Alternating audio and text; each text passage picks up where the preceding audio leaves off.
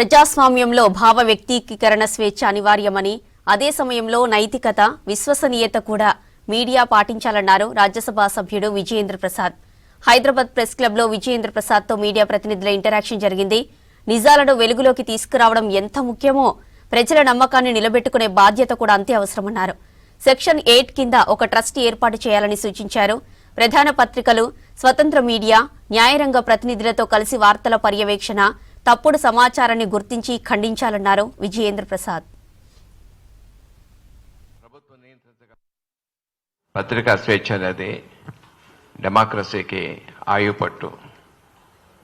పత్రిక అనేది లేకపోతే, పత్రికా స్వేచ్ఛ లేకపోతే డెమోక్రసీ బతికి బట్టకట్టగలగటం చాలా కష్టం. కానీ అట్ ది సేమ్ టైం ఆ స్వేచ్ఛ అనేది నిరంకుశత్వం కాకూడదు. అది కూడా చాలా ప్రమాదమే. కానీ ఎవరు చెప్పగలరు ఏది స్వేచ్ఛ, దాటి ఎక్కడ నిరంకుశత్వం అవుతుందని? పోలీసులు చెప్పగలరా? చెప్పకూడదు. కోర్టులు చెప్పగలవా? చెప్పకూడదు. ప్రభుత్వం నియంత్రించగలదా? నియంత్రించకూడదు.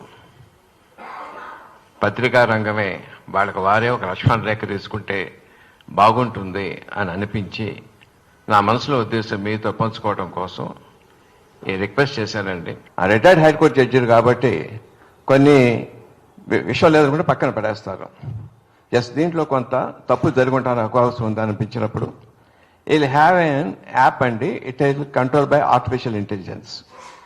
ఆర్టిఫిషియల్ ఇంటెలిజెన్స్ సొంతంగా ఆలోచించగలరు. అది ఈ కేసు దానికి ఇవ్వగానే ఆ పేర్లను తీసేసి అనానిమైజ్ చేస్తుందండి ఆ కేసు అండి. ఇప్పుడు ఎక్స్ ఒక వై తిట్టాడు అనుకోండి, ఎక్స్ వై ఉండదండి, ఏ అని బి మారుస్తుందండి, ఇంకేదో మారుస్తుందండి. కంటెంట్ మారదు కానీ పేర్లు, ప్రదేశాలు అన్నీ మారిపోతాయి. మారిపోయి ముందు అది ప్రింట్ మీడియా చేసిందా, ఎలక్ట్రానిక్ మీడియా చేసిందా, జర్నలిస్ట్ చేసిందా? సారీ ఇందాక చెప్పడం మర్చిపోయానండి. వీరి 100 ఉన్నారు కదండి. ఈ 100 మందిని దేశంలో ఒక 500 మందిని ఎన్నుకోమంటారండి. వాళ్ళకి నిష్కలంకమైన చరిత్ర ఉండాలి, విద్య ఉండాలి, సోషల్ సర్వీస్ తాలూకు ఇది ఉండాలి.